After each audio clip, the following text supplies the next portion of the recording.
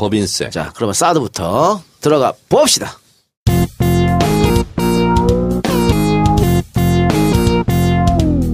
정청래 키워드 분석. 네, 사드. THAAD. 사드. 고고도 미사일. 우리 정 의원님 이제 방송 선수가 다 됐네. 네. 편집점을 아시네, 이제. 네. 아, 그래요? 내가 잠깐 쉬었던 게 시그널 들어갈 때거든. 그 시그널 딱 들으니까 네! 하고 들어오잖아요. 아, 방송 오래 하더니. 방송 선수. 자, 들어가세요. 문재인 새 정부 출범 이후 가장 큰 회오리 바람을 불러일으키고 있는 사드 문제에 대해서 제가 한번 훑어보도록 하겠습니다. 국정기획위원회, 인수위원회를 대체하고 있죠. 인사권은 없지만 모든 정부 부처에 대해서 지금 보고를 받고 있는데 국방부의 최초의 보고 초안에는 2기가 들어왔고 4기가 추가 반입됐고 모 캠프에 보관하고 있다 하는 것이 보고 초안이었는데 국방부 정책실장 위승호 육군 중장이죠. 이분의 삭제 지시로 삭제되었다. 그리고 이것을 눈치챈 정의용 안보실장이 사드가 추가 반입됐다는데 그게 사실인가요? 예. 아, 그런 일이 있었던가요? 뭐 이렇게 답변을 해서 국방장관이 대통령이 경로해서 조사를 지시했더니 더 왕건지가 지금 건져 올려졌습니다. 환경 영향 평가를 받지 않으려고 꼼수를 부렸다 예. 하는 겁니다. 성주 롯데 사드 부지가 70만 제곱미터, 그러니까 평수로 치면 2만 평이 넘는 건데요. 만평, 다시 말해 33만 제곱미터는 환경 영향 평가를 무조건 받아야 됩니다. 근데 그것을 회피하기 위해서 32만 몇천, 요렇게 U자로 나눴답니다. 근데 사드 발사대는 부채살 모양으로 이렇게 배치가 된다는군요. 그래서 환경 영향 평가를 받지 않아도 되는 거다 이렇게 말했고 2차 할 때 37만 제곱미터 할 때는 할 거다 뭐 이렇게 이제 보고를 한 것 같은데 잠깐만요. 정확히 하면은 지금은 33만 제곱미터가 안 되니까 안 해도 된다가 아니라 소규모 네. 예. 소규모 대상이다. 그러니까 약식으로 원래 의미의 정상적인 환경 영향 평가를 그렇게 받지 않고 넘어가려고 꼼수죠. 네, 꼼수죠. 근데 사실상 70만 제곱미터가 한 울타리고 한 운동장으로 가야 되는 거죠. 그리고 사드 발사체 1기가 보통 100명씩 동원이 되고 200명 교대를 한다고 그럽니다. 그러니까 6기면 1200명 군인수가 필요한 거죠. 엄청나게 많은 숫자가 그 2만 평 안에 이제 들어가서 있어야 되는 거죠. 당연히 환경 영향 평가도 받아야 되고 전략 환경 영향 평가 뭐 이제 쉽게 말하면 이제 종합 영향 평가 이런 것도 이제 받아야 되는데 그것을 받지 않았다라는 건데 놀라운 사실은 황교안 권한 대행에게 이것을 보고를 했답니다. 예. 근데 정작 진짜 대통령인 문재인 대통령한테는 보고하지 않았다. 이런 건데요. 이것은 있을 수 없는 국기문란 사건이다. 이런 거고 이 부분에 대해서 저는 어떤 여론을 보니까 이를 계기로 숙군을 해야 된다. 지금 그러면서 알자회 문제도 터져나오고 그래서 이명박근혜 정권 때 군이 썩어도 한참 썩은 거 아니냐. 이런 이제 국민의 질타와 이런 여론이 있는 거죠. 자, 그런데 제가 지금까지 말씀드린 것은 절차의 정당성 부분을 얘기를 했는데 과연 사드가 북한의 핵 억지력에 도움이 되는 거냐 이런 부분까지 저는 다시 원점 재검토 그리고 재토론이 이루어져야 된다 이렇게 저는 생각하고 있고 그리고 이 사드가 실제로 북한 핵 억지력에 영향을 크게 주지 못한다 하는 것이 이제 뭐 대체적인 반대하는 사람들의 논리이지 않습니까?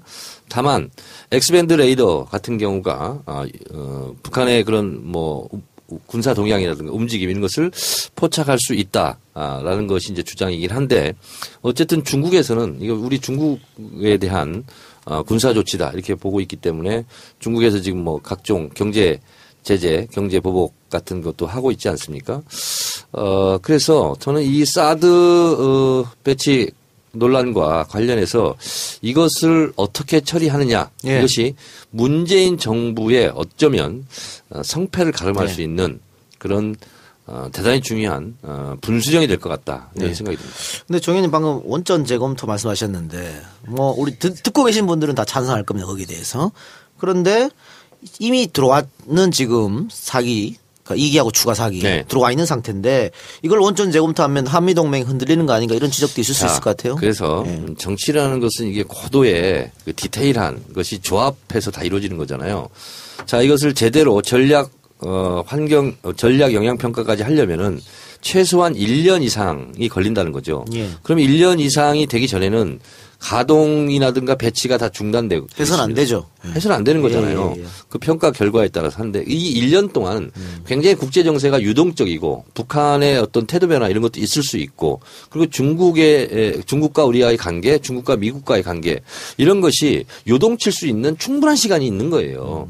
예를 들어서 북핵 문제를 위해서 육자회담이 재개된다거나 뭐 이럴 가능성도 있고 그리고 북한이 뭐 예를 들면 뭐 핵을 앞으로 자제하겠다 이렇게 나올 수도 있는 거고 그래서 저는 환경 영향 평가 그 자체 또 절차적 정당성에서 중요한 문제이지만 그렇게 이 문제를 밀어놓음으로써 1년 동안 충분히 중국도 설득하고 미국도 설득하고 다시 타협하고 협상할 수 있는 그런 시간적인 여유를 벌었다는 것은 굉장히 긍정적인 효과다. 예. 저는 이렇게 보고 있습니다. 자, 그럼 시간적 이유는 벌었다고 치고요.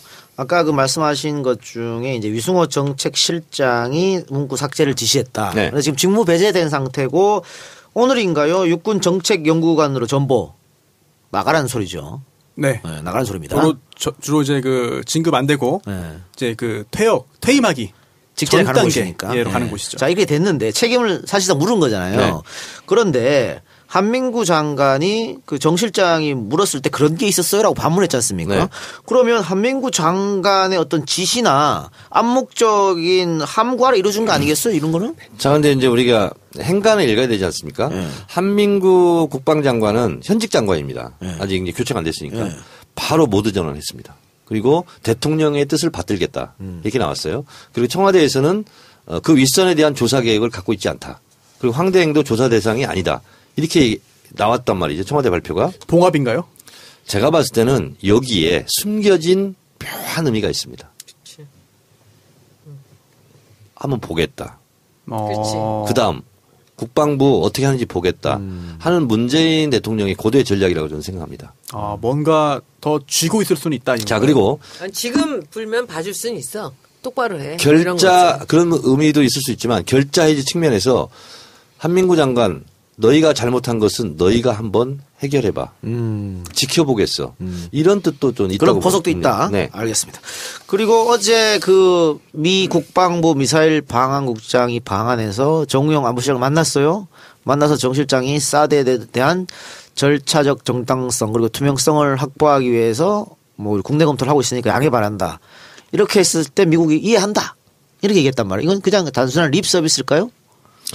이해한다. 이게 이제 외교적 수사인데요. 이것을 어떻게 보느냐. 동의한다로 볼 것이냐. 양해한다라고 볼 것이냐. 묵인하겠다라고 볼 것이냐. 두고 보겠다. 두고 보겠다도 두 종류가 있죠. 진짜 너 두고 볼 거야. 이런 것도 있지만 그냥 두고 보겠다. 이런 뜻도 있잖아요. 그래서 외교적 수사는 참 해석을 하는 사람에 따라서 다 다양한 주장이 있을 수 있는데 이해하겠다는 것은 일단 문재인 정부의 이러한 절차적 정당성 이런 부분에 대해 이런 주장에 대해서 동의한다라고 저는 적극적으로 해석을 하고 싶습니다. 저는 역사적 의미로 봤을 때 이 지금 사드가 벌어지는 것은 어떻게 보면 역사는 반복되기도 하잖아요. 예. 우리가 구한말, 우리가 쇄국이냐, 개화냐를 놓고 결국은 일본 세력을 끌어들이고 러시아 세력을 끌어들이고 청해 세력을 끌어들이고 그래서 청일 전쟁, 러일 전쟁 이런 것이 한국의 전쟁터가 됐잖아요. 그래서 강만길 교수는 그것을 해양 세력과 대륙 세력이 충돌한 지점이 한반도다. 이렇게 말씀을 하시더라고요. 그것을 보면서 사드가 어쩌면 구한말 이것이 중국과 미국이 대륙 세력과 해양 세력이 또다시 충돌하는 그런 발화점이 될 수도 있겠다 하는 100년, 200년의 그 한국 근현대사를 봤을 때 그래서 그런 지점에 이 사드가 이것이 트러블 메이커로 존재할 수도 있겠다 이런 생각이 좀 듭니다. 왜냐하면 중국도 이 부분에 대해서는 묵과하지 못하겠다 이런 것이고 이해찬 총리 특사로 갔을 때요. 자리 배치 보세요. 그럼 완전히 중국 우리가 대국이다. 이런 것을 상징적으로 보여주는 거거든요. 그렇게 배치를 안 합니다. 위원장 자리 딱 앉고 위원 자리에 딱 앉게 만들었잖아요. 그래서 시진핑 주석이 딱 앉아 있고 오른쪽 그 위원석에 이해찬 총리가 앉아가지고 얘기를 하는데 그것은 동등한 대화라기보다는 겉으로 보기에는 보고하고 보고받는 그런 포지션으로 지금 위치를 했거든요. 그러니까 중국이 저는 화났다는 것을 그렇게 표현했다. 저는 이렇게 보고 있거든요. 그리고 한편으로는 박병석 의원이 갔을 때는 또 굉장히 극진하고 융숭하게 해줬어요. 그래서 지금 강원 양면을 하고 있는 거 아니냐. 저는 이렇게 보고 있거든요. 그래서 정도전 드라마에서도 그 나오잖아요. 원하고 화친할 것이냐, 명하고 화친할 것이냐.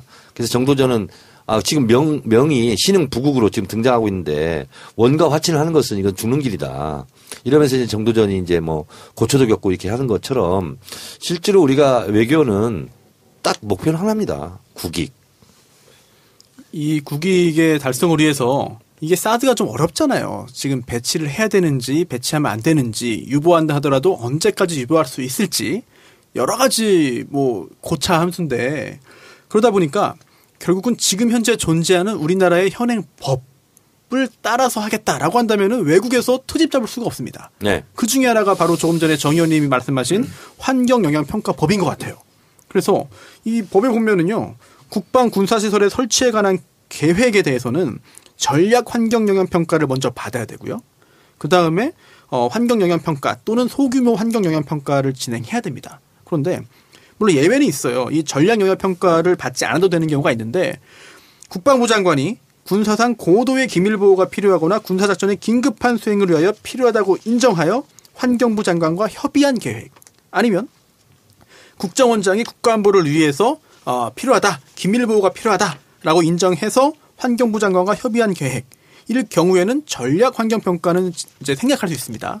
근데 설령 그렇게 한다 하더라도 가능성이 크지 않습니다만 이게 지금 꼼수로 진행했던 게 소규모 환경 영향 평가거든요. 근데 지금 문재인 대통령이 안 된다. 소규모로 이렇게 하면은 안 된다라고 해서 중단을 지시하고 제대로 하라고 했는데 이 제대로 하면은 시간도 오래 걸릴 뿐만 아니라 큰 차이점이 있습니다. 소규모하고. 바로 주민 설명회하고 공청회인데요. 소규모로 진행할 때는 이걸 안 해도 돼요. 예. 그런데 이제 제대로 할 때는 주민 설명회도 해야 되고 공청회도 해야 됩니다. 그거 하기 싫어서 꼼수 부린 거 아니에요? 그럼요. 이거를 회피하기 위해서 꼼수를 부린 건데 이렇게 그 면적을 잘라가지고 이렇게 그 눈속임으로 하면은 이게 당연히 나중에도 다 문제가 돼요. 법원으로 갔을 경우에. 저는 문재인 대통령의 환경 영향 평가 카드 이것은 저는 신의 한 수다. 저도 그렇게 생각합니다. 이렇게 생각을 합니다. 그리고 저는 이것이 어떻게 굴러갈 것이라는 것을 저는 알고 있어요. 짐작으로 알고 있는데 그게 아마 정확할 겁니다. 근데 공개 방송으로 하기에는 제가 좀 적절하지 않은 것 같습니다. 네. 자, 그러면 뭐 사드 거기까지 할까요? 네.